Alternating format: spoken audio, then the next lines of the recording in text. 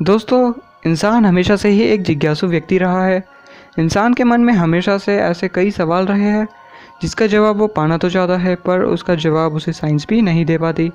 लेकिन आज हम आपको कुछ ऐसे ही कुछ सवालों से अवगत कराएंगे जो आपको सुनने में थोड़े अटपटे तो लगेंगे, लेकिन उनका जवाब आपको पता होना चाहिए। तो चलिए बिना किसी देर के इस काउंटर को स्टार्ट करते हैं। तो जो हमारे सामने क्वेश्चन नंबर 1 आता है वो कहता है हमसे कि what is the colour of mirror. जी हाँ, आपने एकदम सही सुना कि मिरर का कलर क्या होता है। अब आपको तो पता ही होगा कि जो इंसानी आंखें होती है वो 10 मिलियन से भी ज़्यादा कलर को डिफ्रेंशिएट कर सकती है, लेकिन ये इमेजिन करना थोड़ा मुश्किल होगा कि मिरर का कलर क्या होता है। तो अब आप में से कई लोगों का जवाब होगा कि मिरर का कलर या तो सफ़ेद होता है या तो सिल्वर होता है, और कुछ लोगों का जवाब ये भी होगा कि मिरर के सामने जिस चीज़ को रख दिया जाए मिरर का कलर वो होता है। तो आप सब गलत है। ये बातें लागू होती है एक परफेक्ट वर्ल्ड पे, जहाँ पे हर चीज़ परफेक्ट है। अगर वहाँ पे एक मिरर है तो वो मिरर एकदम प्लेन है। अगर आप मॉलिक्यूलर लेवल पे भी देखेंगे तो वो मिरर एकदम प्लेन होना चाहिए एक परफेक्ट वर्ल्ड में। लेकिन हम एक रियल वर्ल्ड में रहते हैं, यहाँ पे कोई भी चीज़ परफेक्ट नहीं है। अगर आप एक प्लेन फर्श पे भी चलेंगे तो अगर आप माइक्रोस्कोप से देखेंगे तो वहाँ पे भी थोड़े आपको फ्रिक्शन देखने को मिल जाता है। तो हम ये कह सकते हैं कि हम एक रियल वर्ल्ड में रहते हैं। तो हम बात कर रहे थे मिरर की। तो जो हर रियल मिरर होता है वो एक टाइनी अमाउंट में लाइट को एब्जॉर्ब करता है। अब लाइट को एब्जॉर्ब कर रहे हैं तो उसका कोई कलर भी होगा। तो अब जो हमारे सामने निष्कर्ष निकल कर आता है वो कहता है हमसे कि जो मिरर का कलर है वो है ग्रीन। जी हाँ, आपने एकदम सही सुना कि जो मिरर का कलर होता है वो ग्रीन होता है। नंबर 2 पे आता है कि इंसान अपने ब्रेन का कितना यूज़ करता है। How much of our brain do we use. तो ये सवाल एल्बर्ट आइंस्टाइन के दिमाग को भी घुमा के गया था।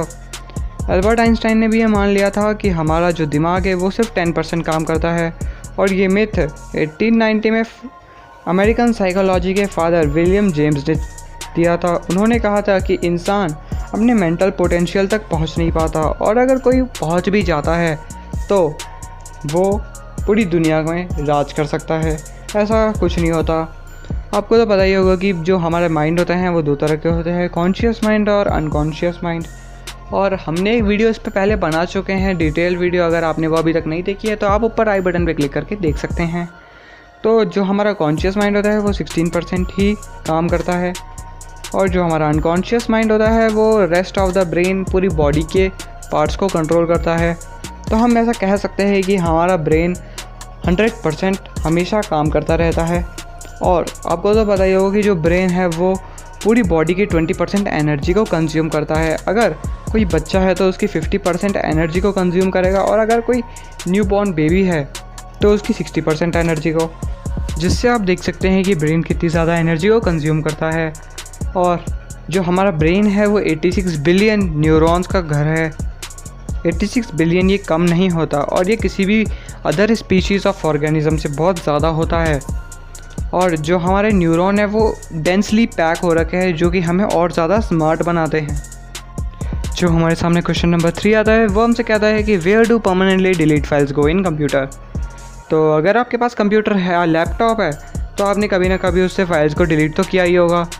तो फाइल्स को डिलीट करने का मतलब होता है कि जो आपके फ़ाइल का जो मेन एड्रेस है उसे आप बदल के किसी दूसरे एड्रेस में शिफ्ट कर रहे हो।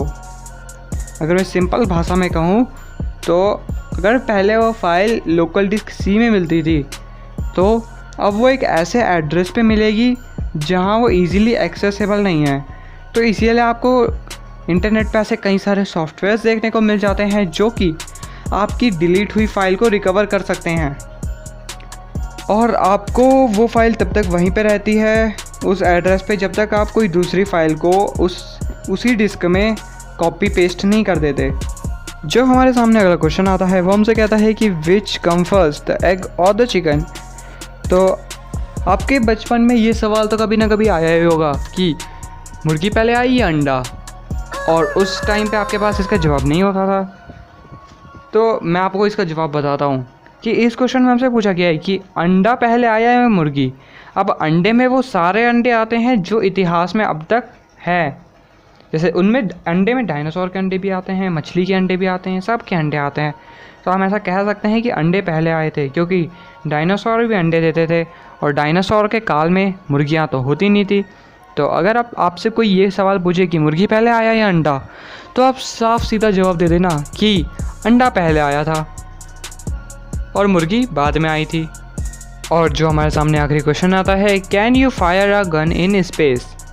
क्या आप स्पेस में एक गन को फायर कर सकते हैं? ये बहुत ही इंटरेस्टिंग है कि अगर आप किसी गन को स्पेस में फायर करोगे तो पहली बात, क्या वो फायर हो भी पाएगी? क्योंकि वहाँ तो ऑक्सीजन ही नहीं है। तो हाँ, वो हो पाएगी फायर, क्योंकि गन को गोली चलाने के लिए ऑक्सीजन की ज़रूरत नहीं होती। तो वो तब तक गोली चलती रहेगी जब तक उसे कोई रोक नहीं देता। मतलब अगर वो गोली किसी तरह बच भी जाती है प्लैनेट से टकराने से, एस्ट्रॉयड से टकराने से, तो वो गोली तब तक चलती रहेगी जब तक उसे रोकने वाला कोई है नहीं, क्योंकि स्पेस में उसे ऐसी बहुत कम चीज़ें मिलेंगी। और अगर आप अर्थ पे चलाते हैं गोली, तो वहाँ पे उसे गोली को एटमॉस्फेयर का सामना करना पड़ता है, जिससे उस गोली की जो स्पीड है वो बहुत कम हो जाती है। तो अब एक और है कि अगर आप मून पे गोली चलाएंगे तो क्या होगा? मून पे अगर आप गोली चलाएंगे सीधा तो क्या होगा? तो अब मून पे जो केस है ये अलग हो जाता है। अगर आप मून पे सीधा गोली चलाएंगे तो जो वो गोली है वो मून का पूरा एक चक्कर काट के दोबारा आप ही के लगने वाली है, क्योंकि जो मून का जो ग्रेविटेशनल फोर्स है वो गोली को अपनी तरफ ही रखेगा और कुछ देर बाद वो गोली आपको ही लग जाने वाली है। तो आपको कैसी लगी हमारी ये क्वेश्चन आंसर की ये सीरीज़? तो हमें कमेंट बॉक्स में ज़रूर बताइए। वीडियो अच्छी लगी तो लाइक कीजिए। Okay, thanks for watching. आज की वीडियो के लिए इतना ही।